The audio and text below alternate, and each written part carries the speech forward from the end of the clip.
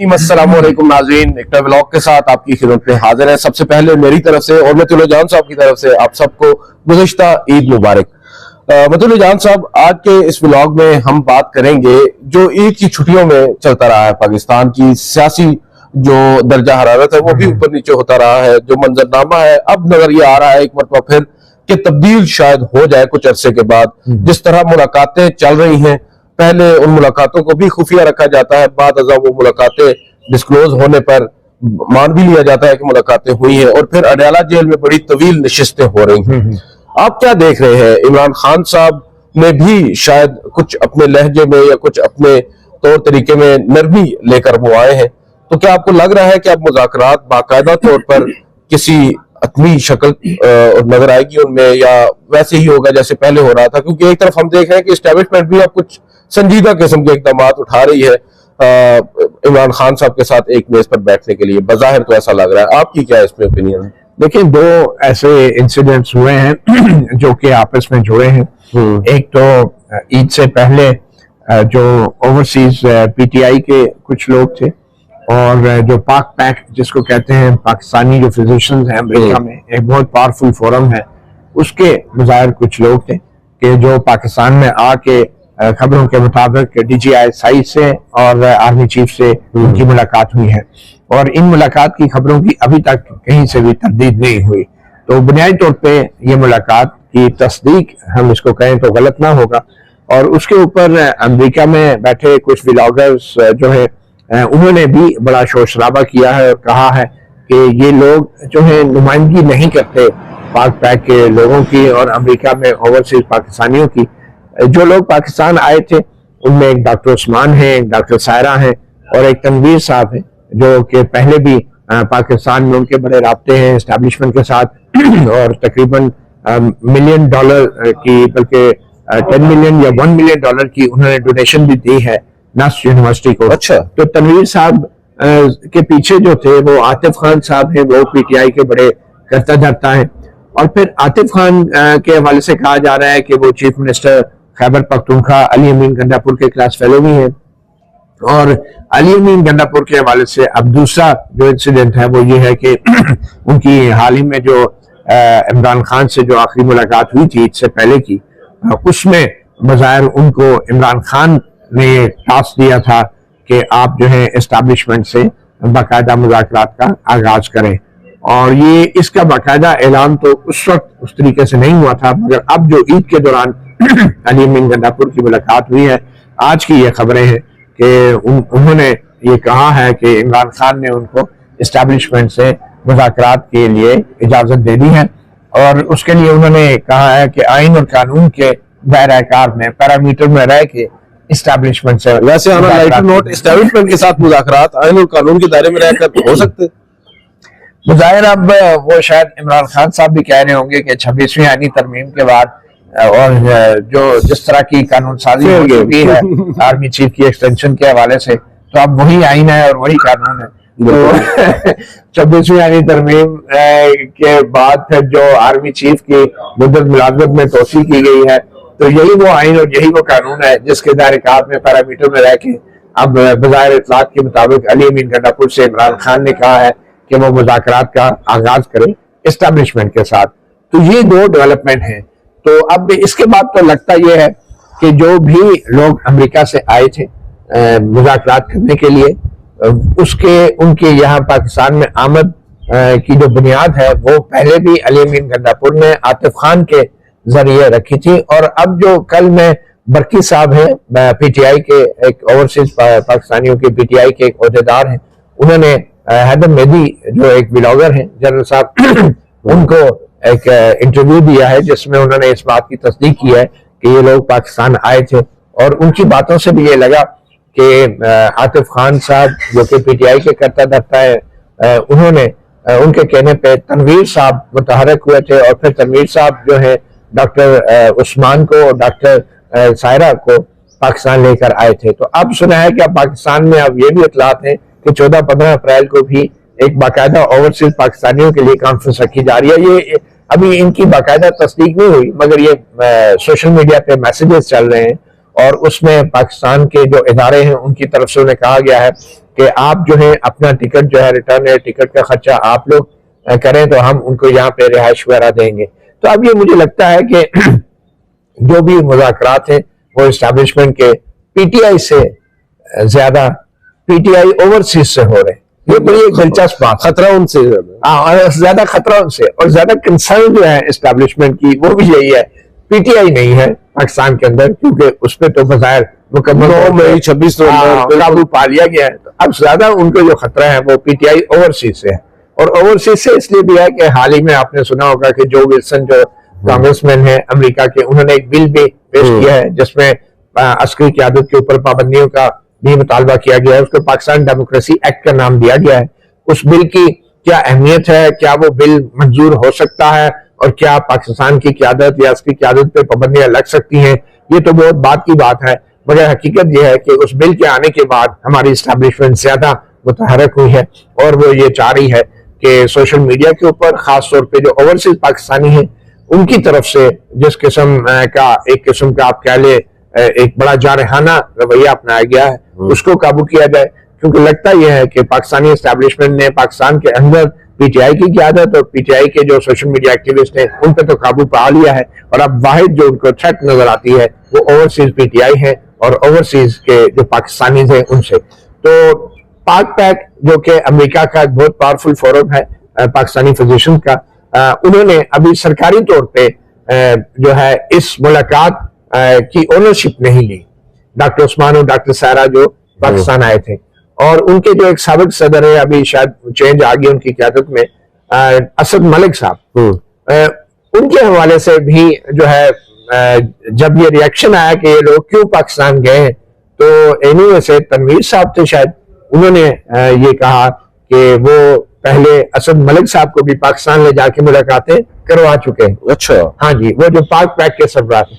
मगर उनकी तरफ से हाल ही में मैं एक ट्वीट देख रहा था असद मलिक साहब की तरफ से, उन्होंने इसको डिनाई किया है और कहा यह 100% झूठ है, वो बिल्कुल पाकिस्तान में उनकी किसी से मुलाकात नहीं हुई। तो उन्होंने तरदीद कर दी है।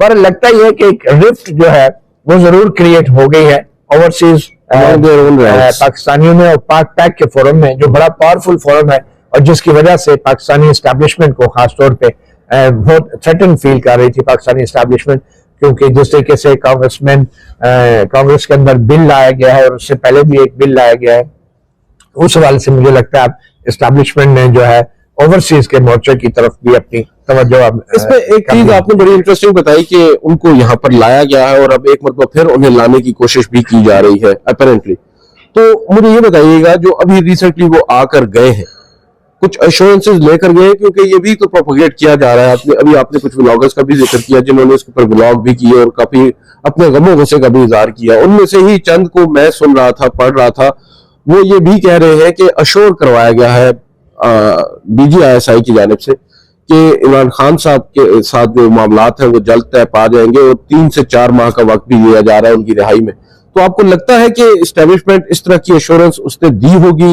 ओवरसीज पाकिस्तानियों को, या ये महज क्या सराही है? डेफिनेटली देखिए, ये एश्योरेंसेस अभी सरकारी तौर पे तो इनकी ना तो एस्टेब्लिशमेंट कभी तस्दीक करेगी, वो तो कभी नून लीग ना गवर्नमेंट ने बात माननी है, क्योंकि जब तक कोई चीज फाइनल ना हो जाए तो उस वक्त तक कोई भी एश्योरेंसेस को पब्लिक नहीं करता। उसकी वजह यह है कि अगर ये मुज़ाकरात नाकाम हो जाए तो उससे फिर दोनों तरफ की सियासत शुरू हो जाएगी। दोनों कहेंगे हमने एश्योरेंस नहीं दी, वो कहेंगे हमने मुस्तरद कर दी, तो फिर उससे सिचुएशन डिफरेंट हो सकती है। तो अभी तक कोई ओनरशिप इसकी नहीं ले रहा, लेकिन ये है कि राब्ता जरूर अब इस बात को हम तायद कर सकते हैं, तस्दीक कर सकते हैं कि राब्ते हुए हैं। और ये राब्ते, मजे की बात यह है कि पाकिस्तान की इस्टेब्लिशमेंट और ओवरसीज पाकिस्तानियों के साथ हो रहे हैं, मतलब पाकिस्तान की एस्टेब्लिशमेंट और पीटीआई की एस्टेब्लिशमेंट और पीटीआई की ओवरसीज पाकिस्तानी। ये ज़हन में रखेंगे। बड़ी दिलचस्प बात यह है कि अभी तक ओवरसीज जो पीटीआई है, ओवरसीज, वो भी सरकारी तौर पे इन राब्तों की ओनरशिप नहीं ले रही, और जो लोकल पीटीआई है उसके साथ तो वैसे ही राब्तों की अब जरूरत नहीं है एस्टेब्लिशमेंट को। तो हो ये रहा है कि अब ओवरसीज पाकिस्तानी और पाकिस्तानी एस्टेब्लिशमेंट के बीच में ये राब्ते हो रहे हैं। और अब पीटीआई की तरफ से खबर जरूर आई है, आज की खबर है कि अली अमीन गंडापुर को इमरान खान ने आइन और कानून के पैरामीटर में, मैं फिर ये कहूंगा कि आइन वो जो 26वीं आईनी तरमीम और कानून वो जो आर्मी चीफ की एक्सटेंशन का है उसके पैरामीटर में रह के मुज़ाकरात की इजाजत दी है इमरान खान ने अली बिन गंडापुर को। और ये मुज़ाकरात की इजाजत पहली बार पब्लिकली अनाउंस की गई है, लेकिन इससे पहले ये चीज शायद हो चुकी थी, जिसकी वजह से अली बिन गंडापुर ने आतिफ खान को ट्रिगर किया, आतिफ खान ने तनवीर को एक्टिव किया, तनवीर ने फिर डॉक्टर सारा, डॉक्टर उस्मान को और दीगर को लेके जो है वो पाकिस्तान आए। तो बहरहाल ये दिलचस्प बात है कि अभी तक कहीं भी सरकारी तौर पे ऑफिशियली और पब्लिकली पीटीआई और एस्टेब्लिशमेंट के राब्तों की बात नहीं की जा रही। अभी भी जो इब्हाम पैदा हो रहा है वो यही है कि ये जो ओवरसीज पाकिस्तानी हैं, जो पाक पैक का फोरम है, क्या वो इसमें इन्वॉल्व है या नहीं। बजाय डॉक्टर उस्मान और डॉक्टर सारा जो है वो पाक पैक के नुमाइंदे नहीं है, कोई नामजद नुमाइंदे नहीं है, मगर ये एक आगाज है, ये एक इनिशियल फेज है। अगर कोई अंडरस्टैंडिंग हो गई तो उसमें दोनों का फायदा है। उसमें पीटीआई को भी पता चल जाएगा कि एस्टैब्लिशमेंट क्या ऑफर कर रही है, और एस्टैब्लिशमेंट को भी पता चल जाएगा कि पीटीआई की क्या थिंकिंग है, क्योंकि टेक्निकली स्पीकिंग ओवरसीज पाक पैक का फोरम है या पाकिस्तानियों का कोई भी फोरम है, उसमें 98.9% जो है वो पीटीआई के ही लोग हैं। लेकिन पीटीआई ऑफिशियली इसको अभी मान नहीं रही इन राब्तों को। वो कुछ कंक्रीट हो जाए तो फिर हाँ वो कंक्रीट हो जाए तो दोनों के लिए ये एक मैं समझता हूँ एक पॉजिटिव चीज है कि वो कहते हैं साफ छुपते भी नहीं, सामने आते भी नहीं। लेकिन एक बात दिलचस्प है कि शहबाज शरीफ की हुकूमत जो है ये सिविलियन हुकूमत कहीं भी फिगर नहीं कर रही इन मुज़ाकरात में। जो भी तय होना है वो अब एस्टैब्लिशमेंट और पीटीआई के बीच में तय होना है। और शहबाज शरीफ की हुकूमत अब मुझे लगता है थोड़ी डेस्परेट होगी, परेशान होगी इन राब्तों की वजह से। और अगर 14-15 तारीख को ओवरसीज का एक कन्वेंशन किया जाता है, क्योंकि नाम तो ओवरसीज का ही दिया जाएगा और ओवरसीज आप और मुझे पता है कौन है, तो अगर वो होता है तो फिर नून लीग को और पीपल पार्टी को डेफिनेटली अपनी जो सियासी असेंबली है उसमें तब्दीली लाना होगी। और मुझे ये लगता है कि इसमें सबसे बड़ी बेनिफिशियरी जो है वो पीपल पार्टी भी हो सकती है। अगर पीपल पार्टी को एस्टैब्लिशमेंट ने वो नहरों वाले मामले के ऊपर थोड़ी कंसेशन दे दी तो पीपल पार्टी जो है उसको एक बहुत बड़ी अपनी कामयाबी के तौर पे सिंध के अंदर पेश कर सकेगी। और उसको फिर एडवांटेज ये होगा कि अगर पीटीआई मान गई तो पीपल पार्टी जो है वो ट्रांजिशन पीरियड के लिए उसको वजारत उज़्मा भी दी जा सकती है। एक चीज अभी हम बात कर रहे हैं कि अली बिन गंडापुर साहब की ईद से कबल और ईद के बाद अब एक और नाम जो बड़ा इंटरेस्टिंग दोबारा से पॉप अप हो रहा है 26 नवंबर के बाद गालिबन, वो है बैरिस्टर सैफ का। कल जब अली बिन गंडापुर साहब वहां गए अडयाला जेल में, बताया जा रहा है कि 2.5 घंटे की उनकी मुलाकात हुई है। जब वो गए थे उनके साथ बैरिस्टर सैफ भी थे, मगर जब वहां पर पहुंचे तो बताया जा रहा है कि पहले बैरिस्टर सैफ की इमरान खान साहब के साथ 1-on-1 मुलाकात हुई है और उस मुलाकात के खत्म होने के बाद अली बिन गंडापुर साहब को उस मुलाकात में शामिल किया गया है। तो बैरिस्टर सैफ का रोल आप कैसे देख रहे हैं? क्या ये भी एक सिग्नल नहीं है कि हमारी एस्टैब्लिशमेंट डायरेक्टली सिर्फ ओवरसीज पाकिस्तानियों को ही एंगेज नहीं कर रही, इमरान खान साहब के साथ भी डायरेक्टली उनके जो पैगाम है वो जा रहे हैं? क्योंकि बैरिस्टर सैफ के बारे में कहा जाता है कि वो बहुत ज्यादा करीब है किसके? एस्टैब्लिशमेंट। देखिए बैरिस्टर सैफ जो है ना वो एक सियासी एजाजी तलवार है और जनरल मुशर्रफ के बहुत करीब है। और जनरल मुशर्रफ की वजह से मेरा और उनके काफी पार्लियामेंट के बाहर एक आध दफा तरक्की भी हुई सवाल जवाब में आपकी।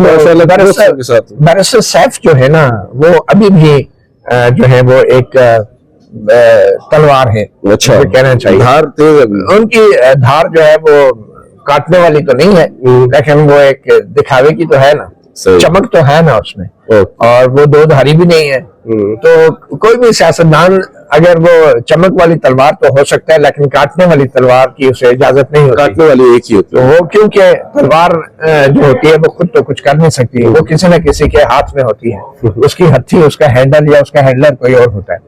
बहरहाल बैरिस्टर सैफ डेफिनेटली अगर उन्होंने इमरान खान के साथ जो है अली बिन गंडापुर की आमद से पहले कोई डिस्कशन की है तो वो बड़ी क्रूशियल डिस्कशन है। और ये उसी डिस्कशन का नतीजा है कि अली बिन गंडापुर ने फिर बाहर आके ऐलान किया है कि भाई एस्टैब्लिशमेंट के साथ मुज़ाकरात के लिए इमरान खान ने ग्रीन सिग्नल दे दिया है।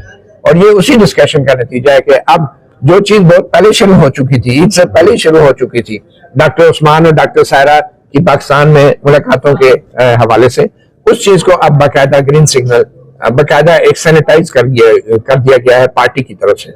अब देखना यह है कि क्या इमरान खान के आज के इस अनाउंसमेंट के बाद क्या ओवरसीज जो पीटीआई की पार्टी है जिसकी नुमाइंदगी बरकी साहब कर रहे थे कल हैदर मेहदी के विराग में, क्या वो भी ऑफिशियली अब इस चीज को आगे लेके चलेगी? और क्या वो भी जो है 14-15 अप्रैल के लिए जो आप खबरों के मुताबिक एक रखा गया है पाकिस्तान में ओवरसीज की जो कहते हैं, क्या उसको सपोर्ट करेंगी? तो ये अब इंटरेस्टिंग होगा क्योंकि मेरे ख्याल में अगर इमरान खान ने अली बिन गंडापुर के जरिए पब्लिकली एस्टैब्लिशमेंट से राब्तों की अब तस्दीक कर दी है और इजाजत भी दे दी है, तो मेरे ख्याल में अब 14-15 अप्रैल का अगर कोई इवेंट होता है उसका भी इम्कान मौजूद रहेगा। मगर फिर देखना यही है कि तय क्या होता है, उसमें इश्यूज क्या है। असल तो अदील इश्यूज की बात है। तो आप ये बताएं कि डिमांड्स क्या होंगी, ऑफर्स क्या होंगी, उनके हवाले से आपके जहन में क्या आता है? सर बज़ाहिर तो यही नजर आ रहा है कि इमरान खान साहब की रिहाई मुझे इतनी जल्दी नजर नहीं आ रही। ये हो जरूर सकता है कि वो लोग जो पाकिस्तान तहरीक इंसाफ के सीनियर रहनुमा है, जो पाबंद सलासल तवील अरसे से, उनको शायद छोड़ दिया जाए। कुछ लोगों को शाह महमूद कुरैशी साहब की वापसी हो सकती है, यहाँ से ये काम शुरू होगा और उसके बाद इवेंचुअली ये मैं समझता हूँ कि एस्टैब्लिशमेंट ज्यादा से ज्यादा अगर उन्होंने इमरान खान साहब को अगले 3-4 माह के अंदर छोड़ भी दिया, बाहर निकाल भी दिया, तो वो इस मुआहदे के तहत ही उनको बाहर लेकर आएंगे कि आपने एक्टिवली पॉलिटिक्स नहीं करनी। क्योंकि मैं समझता हूँ आपने 26वीं आईनी तरमीम कर दिया, आपने पाकिस्तान के आइन का तहपाचा कर दिया, अदालतें आपने गैर मौसर कर दी है, पूरे मुल्क का नक्शा आपने बदल दिया अपने 3-4-5 साल प्लान के मुताबिक। अब अचानक से आप वो प्रेशर जो आपको नजर आ रहा था बिल्ड हो रहा है, उसको सस्टेन न करते हुए अगर आप इमरान खान साहब को बाहर लेकर आते हैं तो उस पूरी एक्सरसाइज का क्या फायदा? तो बज़ाहिर तो मैं यही समझता हूँ एस्टैब्लिशमेंट की ख्वाहिश तो यही होगी कम से कम कि वो चाहेंगे कि इमरान खान साहब को हम जितना अच्छा दबा सकते हैं दबाएं। उनको अगर उन्होंने बाहर आकर फ्री हैंड दे दिया तो पूरी एक्सरसाइज सर मैं समझता हूँ खत्म हो जाती है। चलिए, आपने तो एस्टैब्लिशमेंट की सोच के हवाले से आपने कर दी। अगर थोड़ी देर के लिए सोचूं कि इमरान खान के जहन में क्या प्रायोरिटी होगी इमरान खान के जहन में मेरा ये ख्याल है कि सबसे अहम प्रायोरिटी ये होगी कि जितने भी पीटीआई के लीडरान हैं, असीरान हैं और जो वर्कर हैं जिनके खिलाफ केसेस हैं, उन वर्कर्स को, उन लीडरान को उनको रिहा किया जाए। ठीक है, और होगा तो वो कानून के जरिए, और 26वीं आईनी तरमीम के बाद तो अब कानून और अदालत जो है वो दोनों हुकूमत के कंट्रोल में, तो मेरे ख्याल में वो होना पहला स्टेज तो ये होगा। क्योंकि सर वो ऐसे कंट्रोल में नहीं थी तब भी नवाज शरीफ सब आ गए थे। ये जहन में रखें ये जहन में रखें कि जब तक ये पीटीआई के लीडरान और असीरान और ये मुकदमात खत्म नहीं होते, उनकी रिहाई नहीं होती, इमरान खान अपने लिए कोई भी दिखावे की भी रिलीफ जो है वो नहीं लेंगे। सियासी तौर पर दूसरे मरहले पे जो है थोड़ा सा माहौल बनाने के लिए और अपनी पार्टी को साथ रखने के लिए ये भी जरूरी होगा आपके लिए भी, एस्टैब्लिशमेंट के लिए भी, कि इमरान खान को भी रिहा किया जाए या उनको ऐसी रिलीफ दी जाए कि जो रिहाई की तरफ जाती हो। वो ये हो सकता है कि इमरान खान को आर्जी तौर पे जेल में तमाम सहूलियात उनकी बहाल की जाए, उनके कुछ मुकदमात में फैसले उनके हाथ में, नजरबंदी भी हो सकती है, नजरबंदी भी हो सकती है। मगर क्या इमरान खान जो है अडियाला जेल से विक्ट्री का साइन बना के बाहर आना चाहेंगे, या बनी गाला में बैठे बैठे जो है ऐलान हो जाएगा कि वो अब रिहा हो गए? तो अब ये बहुत बड़ा एक सियासी डिसीजन होगा जो इमरान खान ने करना है। मुझे लगता है कि अगर इमरान खान इस बात पे आमादा हो गए कि ठीक है वो बनी गाला शिफ्ट हो जाते हैं, तो ये बहुत बड़ी एस्टैब्लिशमेंट के लिए भी रिलीफ होगी। और मगर इमरान खान, मैं समझता हूँ उनको ये चीज ध्यान में रखनी चाहिए कि उस वक्त उनकी सपोर्ट पब्लिक में ऐसी है कि वो अगर इस तरह की चीजों के ऊपर भी कंप्रोमाइज करते हैं ना, तो उनकी पॉपुलैरिटी पे कोई फर्क नहीं पड़ेगा। क्योंकि लोग भी बड़े डेस्परेट हुए हैं, तंग हुए हैं। आम आदमी भी हर बार आपसे पहला सवाल यही करता है, अगर आप बतौर साफी कहीं जाए, बिल्कुल ऐसे यार खान बाहर का बार है, बिल्कुल ठीक है। वो अजीब सी एक इनविजिबल किस्म की टेंशन है लोगों के जहन में, और मेजॉरिटी जो यंग लोग हैं उनके जहन में। तो मेरे ख्याल में अगर इमरान खान इस चीज पे अंडरस्टैंडिंग भी उनकी डेवलप हो जाती है, या उसको कंप्रोमाइज कर लें या डील कर लें कि वो नजरबंदी कबूल कर लें बनी गाला के अंदर, तो ये भी एक बहुत बड़ी, और ये एस्टैब्लिशमेंट के लिए भी बड़ी अचीवमेंट होगी। एस्टैब्लिशमेंट के लिए ज्यादा बड़ी होगी। नॉर्मलाइजेशन की तरफ ये चीजें जाएंगी। एक दफा ये चीजें शुरू हो गई तो फिर खान साहब जो है ना, वो डाउन द स्लोप बहुत सी चीजों पे वो उनको अंडरस्टैंडिंग जो है ना, या कंप्रोमाइज करना, वो एक उनके लिए बड़ा आसान हो जाएगा। और ये सिचुएशन वही हो जाएगी जो 88 में जब सब बेनजीर भुट्टो इक़्तिदार में आई थी। क्या इमरान खान जो है इलेक्शंस के टाइम पे और इलेक्शन के मोड पे, टाइम से मुराद ये है कि 1 साल बाद जिस दौरान वो बिलावल भुट्टो को एडजस्ट किया जाएगा। और ये जहन में रखें कि अल्लाह ताला आसिफ अली जरदारी साहब को जिंदगी दे, सेहत दे। अभी वो अली ने तो अमली तौर पे वो मुझे लगता है पीपल्स पार्टी की पॉलिटिक्स से बिल्कुल ही आइसोलेट हो गए। उनको वैसे भी डॉक्टर आसिम हुसैन के मुताबिक उनको आइसोलेशन वार्ड में रखा गया है। तो मेरा ये ख्याल है कि बिलावल भुट्टो के लिए ये बड़ा ही एक इम्पोर्टेंट फेज है। ये जो मुज़ाकरात हो रहे हैं एस्टैब्लिशमेंट के, वो इन मुज़ाकरात का हिस्सा ना होते हुए भी एक किस्म का उनका एक इम्पोर्टेंट रोल हो सकता है, उनका एक स्टेक है। तो अगर इमरान खान जो है कुछ कंप्रोमाइज करते हैं, कुछ डील करते हैं, तो उसमें अल्टीमेटली बिलावल भुट्टो जो है वो ट्रांजिशन पीरियड के लिए, तो सवाल यह था कि इलेक्शन कब होनी चाहिए। मेरे ख्याल में ज्यादा साल का भी हो सकता है, 1.5 साल का भी हो सकता है, जिसमें बिलावल भुट्टो जो है वो पार्लियामेंट के अंदर ही एक ट्रांजिशन हो जाए। और नून लीग भी, अब नून लीग इसमें क्या, मैं वही पूछना चाह रहा था कि वो बेचारे कहाँ गए जो तैयारी करके आए? वो इतने बेचारे भी नहीं है वो नून लीग तो जो है ना वो बेचारे नहीं है, लेकिन एक चारा उनको बनाया जा सकता है। मगर मेरा नहीं ख्याल ऐसा है, क्योंकि नून लीग और एस्टैब्लिशमेंट का फेट जो है आपस में, ये जो कुछ भी हुआ है माजी में एस्टैब्लिशमेंट और नून लीग ने मिलकर किया है। तो अगर एस्टैब्लिशमेंट को फेस सेविंग मिल रही है या उनको कोई इम्यूनिटी मिलती है, तो उसमें नून लीग और नवाज शरीफ को, शहबाज शरीफ को भी एक चुंगे में उनको भी मुझे लगता है कि थोड़ी बहुत इम्यूनिटी दे दी जाएगी। और ये तय होगा मामला कि कोई रिवेंजफुल, कोई इंतकामी कार्रवाई नहीं होगी, कोई मुकदमात नहीं बनेंगे। और बिलावल भुट्टो की गवर्नमेंट के दौरान ये सारे मामला तय होंगे। बिलावल भुट्टो एक किस्म का नून लीग का भी गारंटर होगा, एस्टैब्लिशमेंट का भी गारंटर होगा और पीटीआई का भी गारंटर होगा। ये भी एक मुमकिन है इस बात को। एक चीज बड़ी इंटरेस्टिंग आती है और बहुत से लोग ये हमसे भी पूछते हैं कि क्या इमरान खान साहब, लेट से जैसा कहा जा रहा है, जिस तरह का मंजरनामा आप भी खींच रहे हैं, बहुत से हम हकायक को भी देख रहे हैं, इमरान खान साहब बाहर आ जाते हैं 4, 6, 8 महीने के बाद, इवन साल के बाद रिहा हो जाते हैं। जाहिरी बात है जो मुज़ाकरात हो रहे हैं पसे पर्दा, उनके नतीजे में ही ये सब कुछ मुमकिन है इस वक्त। आपको लगता है इमरान खान साहब वो रास्ता अपनाएंगे जो नवाज शरीफ और शहबाज शरीफ साहब ने अपनाया था? क्योंकि उसके बाद आपने ये भी देखा कि किस तरह उनका जो अवाम में एक मकबूलियत वो एंजॉय कर रहे थे किस जमाने में, मुझे क्यों निकाला के बाद वो धड़ाम से खत्म हो चुकी है। इमरान खान साहब इस तरह का रिस्क आपको लगता है लेंगे? इतनी ऑब्वियस किस्म की डील मैं अगर कहूं एस्टैब्लिशमेंट के साथ वो करेंगे जिससे उनका अपना वोट बैंक भी मुतासर तो होगा, अगर वो डील बाज़ाब्ता तौर पर करके आते हैं? देखिए, इमरान खान दोबारा वजीर आजम बनेंगे या नहीं, ये इस सवाल का जवाब फौरी तौर पे नहीं मिलेगा। हमारे मुल्क में अल्ताफ हुसैन भी बड़े पावरफुल लीडर थे, हमारे मुल्क में नवाज शरीफ भी बड़े पावरफुल लीडर थे, हमारे मुल्क में जो है अब हम देखें तो आसिफ अली जरदारी भी उनका तोती बोलता था। हमारे मुल्क में बड़े बड़े लीडर जो है ना, या तो माइनस हो गए या माइनस किए गए। क्या इमरान खान भी अब इसी सफ में शामिल होंगे? ये एक बहुत बड़ा सवालिया निशान है। और क्या जिस तरह नवाज शरीफ जो है उन्होंने लोगों को इलेक्शन से पहले एक ट्रक की बत्ती के पीछे लगाया कि एक बार फिर वजीर आजम नवाज शरीफ, वो इश्तिहार वगैरह याद है आप लोग छापे गए, क्या इमरान खान भी जो है दोबारा ऐलान कर पाएंगे कि अब जो भी इलेक्शन होंगे उसमें मैं उम्मीदवार हूँ? और अगर इमरान खान ऐसा नहीं करते फिर तो आप वाली बात मुझे दुरुस्त लगती है कि फिर जरूर पीटीआई के रैंक्स के अंदर मसाइल पैदा होंगे, लोग जो है मतनफर होंगे और लोग जो है वो पीटीआई की सपोर्ट नहीं करेंगे।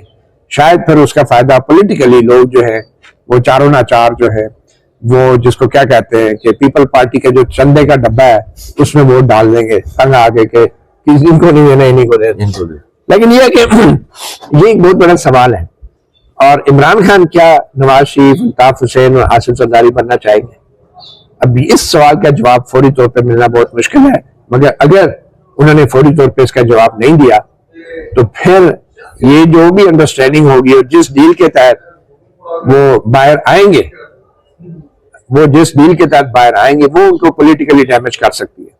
लेकिन अगर इमरान खान बतौर नेक्स्ट प्राइम मिनिस्टर बाहर आते तो पीटीआई मुत्तहिद भी रहेगी, पीटीआई यूनाइटेड भी रहेगी, पीटीआई का वर्कर जो है वो मोबिलाइज भी रहेगा, वो चार्ज अप भी रहेगा। लेकिन अगर गुजरा सा भी ऐसा असर जो अगर इस अंडरस्टैंडिंग के दौरान पैदा हो जाता है कि इमरान खान अपनी रिहाई के एवज वजारत उज़्मा के उम्मीदवार नहीं है तो फिर डेफिनेटली पीटीआई डैमेज होगी, फिर बाकी डील भी उस पर भी तनकीद होगी। लेकिन अगर सिर्फ इस तासुर को पैदा किया जाए या मजबूत किया जाए कि इमरान खान ही आइंदा वजारत उज़्मा के उम्मीदवार होंगे, चाहे 1 साल बाद ही क्यों ना इलेक्शन हो, तो फिर पीटीआई जो है वो काफी हद तक डैमेज कंट्रोल कर लेगी। वो डैमेज कंट्रोल करेगी जो डैमेज एक डील के तासुर से पैदा होगा। बिल्कुल सही। तो लोगों में थोड़ी सी उम्मीद पैदा होगी और फिर लोगों में ये उम्मीद भी पैदा होगी एक बार वज़ीर आज़म पे बात जान दे ना फिर देखेंगे। तो अब पता नहीं वो एक बार दोबारा वज़ीर आज़म बनने के बाद इमरान खान क्या वाकई वो दोबारा वज़ीर आज़म बनने वाले नवाज शरीफ जैसे होंगे? नहीं, वो नवाज शरीफ साहब वज़ीर आज़म बनते तो शायद हालात मैं समझता हूँ फिर भी ये ना होते जो आज हैं।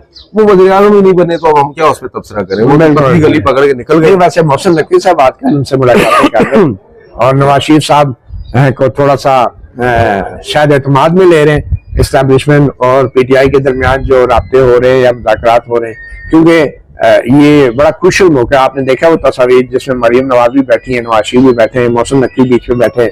वो बजाय तो मुल्क में सिक्योरिटी सूरत की ब्रीफिंग दे रहे हैं, लेकिन मुझे लगता है कि ये जो सेंस ऑफ इनसिक्योरिटी की सूरत हाल है नून लीग में, इसको भी वो एड्रेस करने की कोशिश कर रहे हैं। उन्होंने अपना वो दिमाग लड़ाया होगा और कहा होगा कि पंजाब बस हमारे पास रहने दीजिए।